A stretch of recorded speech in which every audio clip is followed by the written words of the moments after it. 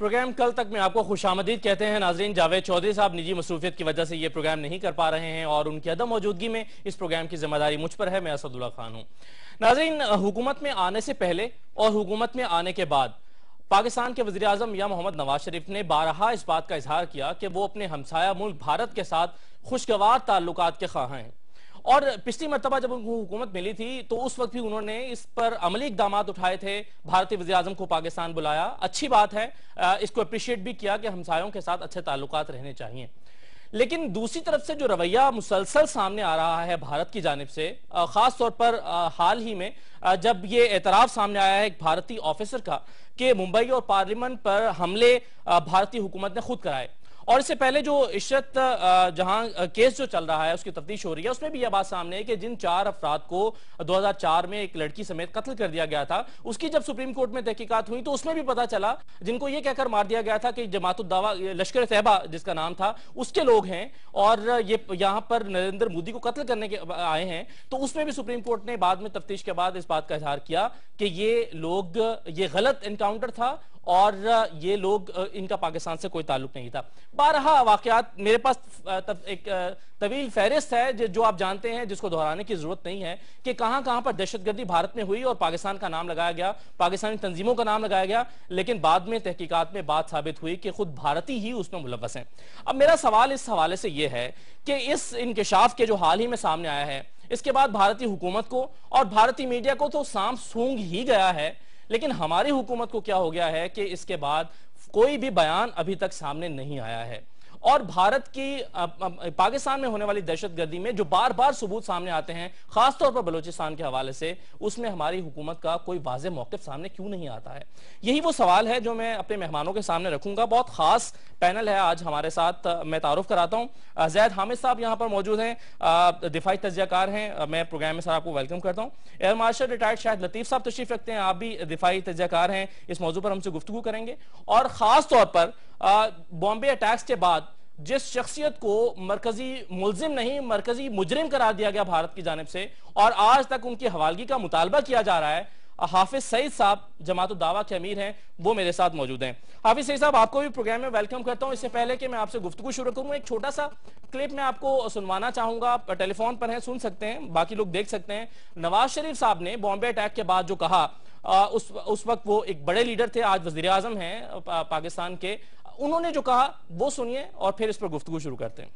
میں نے خود چیک بھی کروایا اس کو، وہاں اس کے گاؤں کے ارد گرد سارے علاقے کو کارڈن آف کر دیا گیا تھا، کاٹ دیا گیا تھا، ان کے ماں باپ کو کسی کو ملنے کی اجازت نہیں دی گئی تھی۔ تو آخر کیوں ایسا کرنے کی ضرورت کیا تھی؟ کیوں لوگوں کو ملنے سے روکا جا رہا ہے؟ کیوں جرنلسٹ کو ملنے سے روکا جا رہا ہے؟ یہ سب چیزیں اس طرف نشاندہی کرتی ہیں میرے بھائی، ہمیں خود بھی اپنے گھر کو صحیح کرنے کی ضرورت ہے۔ ہمیں خود بھی اپنے گھر کو صحیح کرنے کی ضرورت ہے۔ ایک طرح سے اعتراف کیا کہ ہاں جو کچھ بامبے میں ہوا وہ یہیں سے ہوا، ہم ہی اس کے ملزم اور مجرم ہیں، اور ہمارے میڈیا نے اس وقت جو لیڈنگ میڈیا ہے سو کالڈ، ان کا جو رویہ اس وقت سامنے آیا تھا۔ حافظ صاحب، آپ اس پر کومنٹ کرنا چاہیں گے کہ ہمارے اپنے لوگ کیا کرتے ہیں ہمارے اپنے لوگوں کے ساتھ؟ دیکھیے جی، افسوسناک بات یہ ہے کہ جب بھی انڈیا کے اندر کوئی بھی مسئلہ کھڑا ہوتا ہے، فوری طور پر پاکستان پر الزام تراشی ہوتی ہے، پاکستان کی جماعتوں کو مورد الزام ٹھہرا دیا جاتا ہے۔ لیکن پریشانی والی بات یہ ہے کہ پاکستان کے اندر سے بھی ہماری میڈیا میں بھی ایسے لوگ موجود ہیں اور سیاست میں بھی کہ جو انڈیا کو خوش کرنے کے لیے کچھ ایسی بات کہہ دیتے ہیں۔ تو میرا خیال ہے کہ حالات اور حقائق بالکل واضح ہو چکے ہیں۔ آپ جانتے ہیں کہ مکی مسجد میں دھماکہ ہوا، الزام پاکستان پر لگا، ہم پر لگا، لیکن جب تحقیق ہوئی تو ثابت یہ ہوا کہ انڈیا کے اندر سے ہی سارا کچھ ہوا۔ سمجھوتا ایکسپریس میں باقاعدہ باوردی یعنی فوجی افسر اس کے اندر، انڈیا کا فوجی افسر اس کے اندر مجرم تھا، اور تحقیق کے بعد یہ ثابت ہو گیا۔ اس کے علاوہ جتنے بھی مسائل، اور اب یہ پارلیمنٹ پر اٹیک کی بات ہے وہ آپ کے سامنے آ گئی ہے کہ انڈیا خود اس کے اندر ملوث ہے۔ بمبئی کا مسئلہ اسی طرح ہے۔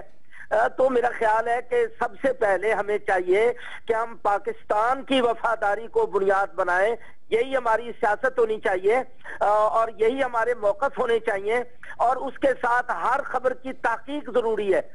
جناب مجھے افسوس اس بات پر ہے کہ ہمارے ہاں تحقیق کرنے سے پہلے ہی بات کر دی جاتی ہے. الحمدللہ ہم اس بات پر اللہ کا شکر ادا کرتے ہیں کہ بمبئی اٹیک پر سب سے پہلے میں نے یہ کہا تھا کہ انڈیا اس کا ثبوت کبھی فراہم نہیں کر سکے گا کہ ہمارے خلاف وہ کوئی الزام ثابت کر سکے. الحمدللہ آج اتنے سال گزرنے کے بعد حالات اور حقائق یہ ہیں کہ جو اس نے ثبوت دیے, سب سے پہلے لاہور ہائی کورٹ نے اس کو مسترد کیا, اور پھر سپریم کورٹ نے ہمیں کلیئر کرتے ہوئے کہا کہ سارے ثبوت یہ صرف میڈیا کا پروپیگنڈا ہے, ان کی کوئی قانونی حیثیت نہیں ہے. ہماری موقر عدالتوں نے یہ فیصلے دیے ہمارے حق میں. تو الحمدللہ آج دنیا یہ جان چکی ہے کہ انڈیا خود مجرم ہے دھماکوں کا, ان تمام چیزوں کا, لیکن الزام جو ہے وہ پاکستان. تو حافظ صاحب ایسی صورتحال میں آپ کیا سمجھتے ہیں کہ ہماری حکومت کو عالمی سطح پر جا کر کیا اس بات پر احتجاج نہیں کرنا چاہیے کہ بغیر تحقیق کے جب اپنے ہی لوگ ان کے ملوث ہیں تو پاکستان کو کیوں رگیدا گیا, عالمی سطح پر اس کی سبکی کیوں کی گئی؟ لازمی بات ہے. ایک تو ہمارا میڈیا میں بھی کچھ لوگ خاموشی اختیار, دیکھیے غلطیاں بھی ہو جاتی ہیں, غلطیوں کو تسلیم کر لینا بھی بہت بڑی جرأت اور اخلاقی قوت ہے. تو میرا خیال ہے حکومت کو بھی اس وقت چاہیے کہ ہماری وزارت خارجہ کے ڈیسک کو اس وقت چاہیے کہ اس مسئلے کو اٹھائیں. پوری دنیا میں جو اتنا پروپیگنڈا اور شور تھا, اور پروپیگنڈا کو انڈیا نے اپنی سیاست بنایا ہوا ہے, تو اس وقت فوری طور پر اس کا نوٹس لینا چاہیے.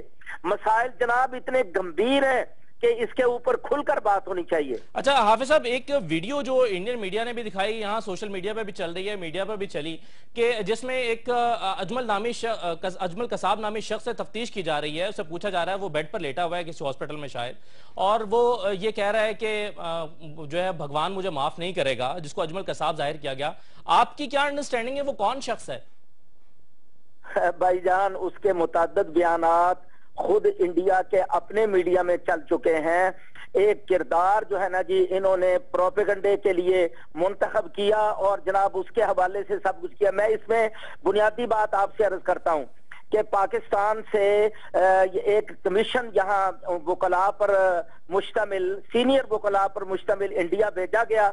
اس وقت اجمل قصاب زندہ تھا. ہمارے یہاں سے جانے والے کمیشن نے یہ کہا کہ اجمل قصاب سے ہمیں ملاقات کرنے دو تاکہ ہم خود حالات اور حقائق جان لیں. انہوں نے کہا جی اجمل سے ہم آپ کو ملاقات نہیں کرنے دیں گے. پھر کمیشن کے وکلاء نے کہا کہ ہمیں ان تفتیش کاروں سے ملاقات کرنے دو تاکہ ہم ان سے سوال جواب کر سکیں. اگر اجمل قصاب سے نہیں مل سکتے تو انڈین وہ آفیسر جنہوں نے تفتیش کیا ان سے ملوا دو. انہوں نے کہا ان سے بھی ملوانا نہیں ہے, اور اس کے بعد اجمل قصاب کو پھانسی پہ لٹکا دیا. اب کہا کہ جی اب کمیشن بھیج دو, سارا ثبوت خود ختم کر دیتے ہیں. تو یہ ایک عجیب ڈرامہ ہے, اور یہ اس ڈرامے کے اندر سب سے بڑا شکار ہم خود ہو رہے ہیں, پاکستان ہو رہا ہے. جی. تو ہمیں کچھ حقیقتوں کو سمجھنا چاہیے, دنیا کے سامنے حق وعدے کرنا چاہیے. پاکستان کا وقار ہی سب سے اہم چیز تو ہے ہمارے لیے. ٹھیک ہے. اچھا میں دو سوال آپ سے حافظ صاحب اور کرنا چاہوں گا, جس میں سے پہلا یہ کہ بلوچستان میں بارہا ثبوت سامنے آئے ہیں بھارتی انوالومنٹ کے, کہ وہاں پر جو عسکریت پسند ہیں, علیحدگی پسند ہیں, ان کو بھارت سپورٹ کر رہا ہے. ہماری حکومت آج تک یہ ثبوت سامنے نہیں لا پائی ہے. آپ کیا کہیں گے اس حوالے سے؟ دیکھیے جی, میں یہ سمجھتا ہوں کہ پچھلی اسمبلی کے اندر ان کیمرہ اجلاس کے اندر باقاعدہ یہ بریفنگ ہوئی ہے. بلوچستان میں انڈیا کی مداخلت کو باقاعدہ ثبوتوں کے ساتھ پیش کیا گیا, لیکن وہ بات جو ہے نا وہ منظر عام پر نہیں آ سکی. میں یہ سمجھتا ہوں کہ اب وقت یہ ہے کہ ہم سارے حقائق جو ہیں وہ بیان کریں. اس وقت حکومت کی ذمہ داری بنتی ہے, وزارت خارجہ اور وزارت دفاع ان کو اپنی ذمہ داری سمجھ کر. دیکھیے میں یہ نہیں کہتا کہ انڈیا جو ہمارا قریبی ملک ہے, ہمسایہ ملک ہے, نہ ہم اس سے لڑائی کی بات کرتے ہیں نہ ہم کوئی اور بات کہتے ہیں, لیکن کم از کم حق اور انصاف کی بات تو ہونی چاہیے. یک طرفہ ٹریفک پاکستان کے خلاف اور پاکستانی لوگوں کے خلاف جو چل رہی ہے اس کا ازالہ کون کرے گا؟ آپ یقین کریں کہ بلوچستان میں بار بار یہ باتیں واضح ہوئی ہیں. ان کیمرہ اجلاس میں تو آپ کہتے ہیں اس کو آپ میڈیا پہ لانے کی ضرورت ہے. وہاں کوئی حرکت ہو جائے پاکستان بالکل ذمہ دار نہیں ہوتا، لیکن وہ پاکستان کے پر الزام دھر دیتے ہیں. اور یہاں کوئی بھی واقعہ ہو تو الزام مجاہدین پر، کبھی طالبان پر، کبھی کوئی ذمہ داری قبول کرے. یہ پاکستان بالکل ایک دباؤ کی پالیسی اختیار کیے ہوئے ہے اور انڈیا جارحیت کی پالیسی اختیار کیے ہوئے ہے. ان دونوں میں میں سمجھتا ہوں کہ بیٹھ کر اصلاح ہونی چاہیے اور ایک توازن ہونا چاہیے اور حقیقت واضح ہونی چاہیے. ٹھیک ہے. اچھا، آخری سوال میں آپ سے یہ جاننا چاہوں گا کہ نئی حکومت نے وجود میں آنے کے بعد، نئی حکومت بننے کے بعد ہم دیکھتے ہیں کہ کشمیر کے حوالے سے کوئی واضح پالیسی سامنے نہیں آئی ہے. پچھلی دہائی میں کشمیر کوز کو جو نقصان پہنچا ہے، خاص طور پر مشرف صاحب کے زمانے میں، ان کی پالیسیز، ان کے اگریمنٹس بھارتی حکومت کے ساتھ، اس کے بعد سے آپ کو کیا لگتا ہے کہ مسئلہ کشمیر کیا اب ہماری حکومتوں کی پریورٹی رہا نہیں ہے؟ بھائی جان، بہت بڑا نقصان جو ہوا ہے وہ یہ کہ پرویز مشرف صاحب نے یہ فیصلہ کیا کہ ہم انڈیا کے لیے اعتماد سازی کے تمام ذرائع اور وسائل استعمال کریں گے. اور چنانچہ انڈیا کو اعتماد دینے کے لیے اتنا کچھ کیا گیا کہ ساری تحریک کا بیڑا غرق کر دیا گیا. کشمیریوں کا اعتماد پاکستان نے ضائع کر دیا اور انڈیا کا اعتماد ان کو کبھی حاصل نہیں ہو سکا. تو یہ ایسی غلط پالیسی تھی اور ایسا غلط اس کا نتیجہ نکلا کہ جتنی تحریک بڑی تھی اس کو پیچھے پھینک دیا گیا. تو میں سمجھتا ہوں کہ نواز شریف صاحب اب ذمہ داری کے ساتھ اس مسئلے کو اٹھائیں. وہ جو غلطیاں پہلے کر چکے ہیں وہ ان غلطیوں کا ازالہ کرنے کا وقت ہے. جناب، کشمیر صرف ایک متنازع معاملہ نہیں. اس وقت تو میں یہ صاف کہتا ہوں کہ انڈیا نے کشمیر کو وار ویپن کے طور پہ استعمال کرنا شروع کر دیا ہے. وہاں 62 ڈیم بنا کے پاکستان کو بنجر بنانے، انرجی کا بحران کی ذمہ داری انڈیا کے اوپر بنتی ہے. تو نواز شریف صاحب کو چاہیے کہ صاف بات کریں کہ بھئی کس حق کے تحت آپ نے یہ پاکستان کے پانیوں کو استعمال کیا. ہم اپنا حق مانگتے ہیں. دیکھیے، ہم بھیک نہیں مانگتے، ہم اپنا حق مانگتے ہیں. حق تو مانگنا چاہیے نا. تو اسی سے پہلے، معاملات طے کرنے سے پہلے یہ چیزیں واضح ہونی چاہیے. ٹھیک ہے، بہت شکریہ. حافظ سعید صاحب، جماعت الدعوہ کے امیر، ہم سے گفتگو کر رہے تھے. ضرور نئی حکومت جو ہے وہ خواب دیکھے بھارت کے ساتھ اچھے تعلقات کا اور دوستی کا، لیکن یہ خواب کھلی آنکھ کے ساتھ دیکھنا چاہیے، حقائق کو سامنے رکھتے ہوئے دیکھنا چاہیے. مزید گفتگو اس پر کریں گے. خاص مہمان اس موضوع پر بولنے کے لیے ایکسپرٹس جو ہیں وہ موجود ہیں. زید حامد صاحب ہیں، شاہد لطیف صاحب ہیں. ایک بریک لیتے ہیں ناظرین، اور بریک کے بعد اس پر آ کر گفتگو کرتے ہیں. بریک کے بعد پروگرام میں آپ کو خوش آمدید کہتے ہیں اور ہم بات کر رہے ہیں بھارتی افسران کے انکشاف کے بعد اپنی حکومت کے رویے کی. اور آپ نے بریک پر جانے سے پہلے حافظ سعید صاحب کی تفصیلی گفتگو سنی ہے. اس گفتگو کی روشنی میں اب میں بات کو آگے بڑھاتا ہوں. زید حامد صاحب، کیا ہماری حکومت نے ذہنی طور پر بھارتی برتری کو تسلیم کر لیا ہے؟ ایسا لگتا ہے مسلسل اس رویے کو دیکھ کر. دیکھیے، ایسا تھوڑا سا ماضی میں ہم کے جانے کی ضرورت ہے. یہ ایک مسلسل ایک پچھلے کئی دہائیوں سے ایک تاثر انفارچونیٹلی یہ حکومتوں کو رہا ہے پاکستان میں. گنگا کا واقعہ آپ کو ہم ریمائنڈ کرتے ہیں. 1970 میں ایک جہاز اغوا ہو کر آیا تھا انڈیا سے. یہاں پر جناب مقبول بٹ نے جہاز اغوا کیا. بھٹو صاحب ملنے بھی گئے، بڑی مبارکباد دی کہ بڑا دلیرانہ کارروائی کی ہے. اس کو بہانہ بنا کر انڈیا نے ایسٹ پاکستان تک اوور فلائٹس بند کر دی ہماری، اور اس کے بعد ایسٹ پاکستان کو گھیرا، آئسولیٹ کیا، جنگ مسلط کی، توڑ کے الگ کر دیا. بعد میں معلوم ہوا کہ it was a false flag operation. لیکن جب بات سامنے کھلی، مقبول بٹ کو انہوں نے پکڑ کے جیل میں ہی پھانسی دے کے معاملہ دفن کر دیا. ایگزیکٹ ریپیٹ کیا اجمل قصاب کے ساتھ انہوں نے یہ. اور اس وقت بھی ہم بیوقوف بنے، اس دفعہ بھی ہماری حکومت بیوقوف بنی. اسی طرح ایک آپریشن کیا، اس کے نتیجے میں انہوں نے پاکستان کے خلاف ایک یونائٹڈ نیشنز میں جا کے جماعت الدعوہ کے خلاف، پاکستان کے خلاف سینکشنز اور ان کو دہشت گرد ڈکلیئر کروایا. پھر جو پرائم وٹنس تھا ثبوت، جو اس وقت کا مقبول بٹ، آج اجمل قصاب جیل کے اندر، اس کو پھانسی دے کے فارغ کر دیا، کسی کے سامنے نہیں لائے. ہماری حکومتیں کبھی ماضی سے سیکھتی نہیں ہیں. ہونا یہ چاہیے تھا دیکھیے بنیادی طور پر کہ جیسے یہ واقعہ ہوا تھا، آپ کو یاد ہوگا کہ اگلے ہی دن prime minister of Pakistan Gilani صاحب نے اعلان کر دیا تھا کہ ہم اپنا ڈی جی ISI وہاں بھیجنے کو تیار ہیں. یعنی اتنا رسوا کرنے کو تیار تھے اپنے آپ کو. یہ جب میڈیا میں پیٹریوٹس نے ہم نے آواز اٹھائی تو اس کے بعد ہی گھبرا گئے، کہتے نہیں ہم DG ISI کو نہیں بھیجیں گے. کرنا یہ چاہیے تھا ان کو. اور اب بھی جس طرح بات کی کہ پچھلے 5 سال کی ڈیموکریٹک حکومت گزری، مشرف کو گالیاں دیتے رہے. 5 سال کی آپ کی حکومت کے دوران ممبئی کا واقعہ ہوا، اور جو پارلیمنٹ کا واقعہ ہے وہ مشرف کے دور میں ہوا. ان سارے واقعات کی، اور پھر سمجھوتا ایکسپریس ہے، مکی مسجد ہے، چتی گڑھ کا سکھوں کا میسا کہہ رہے ہیں، یہ عشرت جہان کیس ہے. 12 یا 14 کیس ایسے بنتے ہیں کہ جہاں پہ انویسٹیگیشن خود انڈیا میں ہوئی اور ثابت یہ ہوا کہ یہ الزام پاکستان پہ تھا، کرنے والے خود انڈیا کے اندر تھے. اس پاکستان حکومت کو کرنا یہ چاہیے کہ دوبارہ ایک ریویو کمیشن بنائے.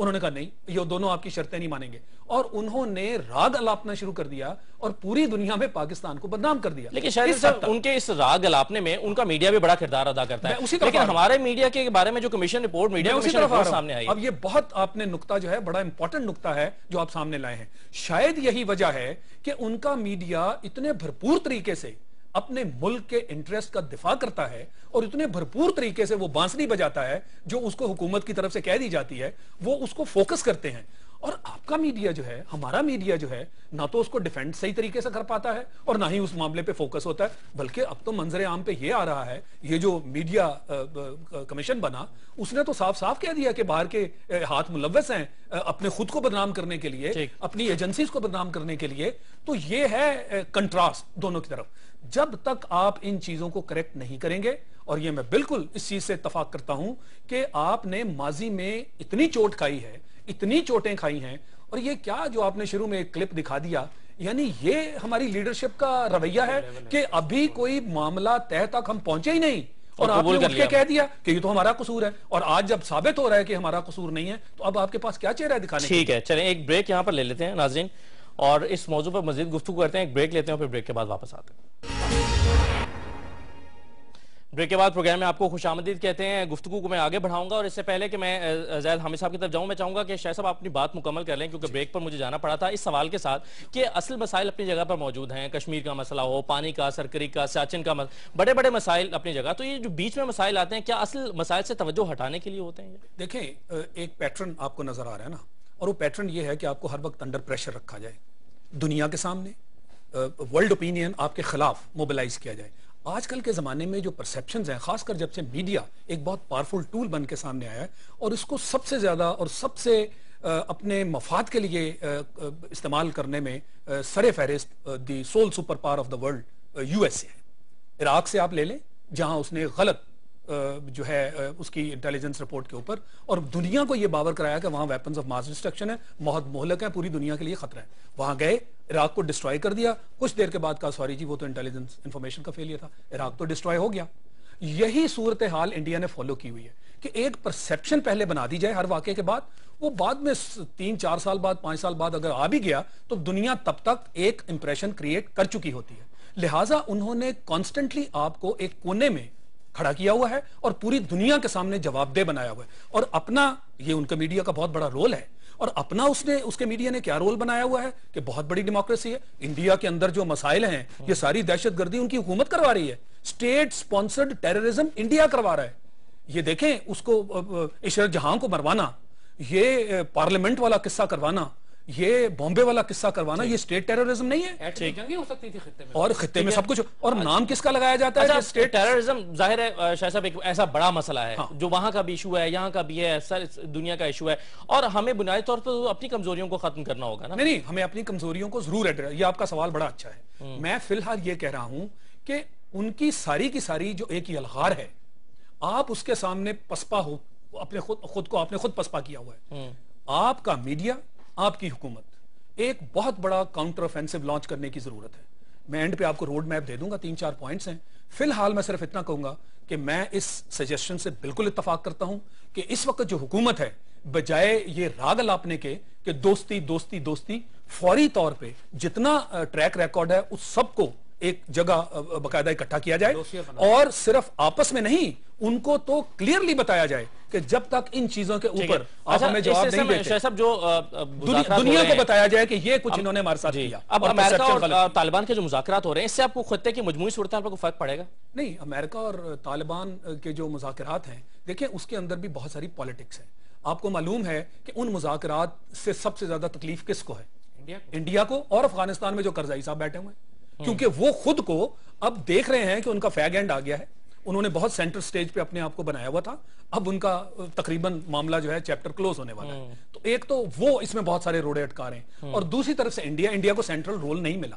پہلے امریکہ نے بہت یہ کوشش کی, مگر ان کو نظر آ گیا کہ انڈیا کا کوئی رول نہیں ہے. اصل میں یہ مذاکرات کامیاب ہو ہی نہیں سکتے جب تک پاکستان انوالو نہیں ہوتا.